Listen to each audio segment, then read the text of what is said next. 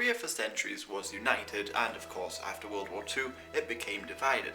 But I think there are some historical differences between North and South that I think you may not know, and might be important to know in how the two countries developed.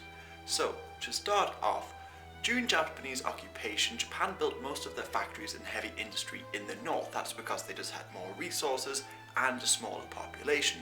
So, by the end of World War II, North Korea only had a third of the peninsula's population, but 2/3 of its heavy industry.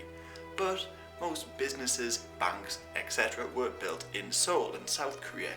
So South Korea had 80% of the peninsula's commerce. This reflects an old historical difference between North and South. For instance, in the South, especially Seoul, that was where all the ministers and aristocracy were, whereas North Korea was made up mainly of the working class and peasants.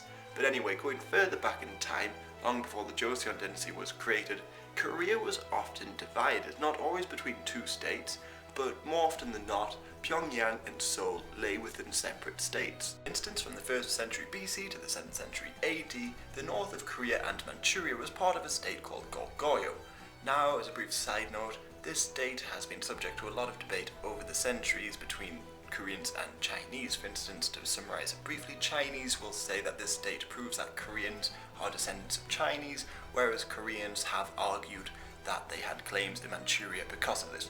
But anyway, Goguryeo spent most of its history battling with its two southern rivals, Silla and Baekje. So Seoul was where the state of Baekje was founded, and I'm probably pronouncing Baekje terribly, and Pyongyang was the last capital of the Goguryeo dynasty. But both these states were eventually defeated by an alliance of Silla and Tang Chinese, and for around a century afterwards, Pyongyang was the centre of a military government and a Tang protectorate. But after that, the peninsula was divided in two, with United Silla in the south and Balhae in the north, but Balhae also continued to have lands in modern-day China and Russia, and these two states continued to survive until the 10th century when the Liao dynasty invaded the north, and this finally unified Korea as part of the Goryeo dynasty, but it was a lot smaller than what Korea is today, and for most of its history it was a vassal state of the Mongol Empire. So the peninsula, as it sort of stands today, was really only united in the late 14th century when the Joseon dynasty was created.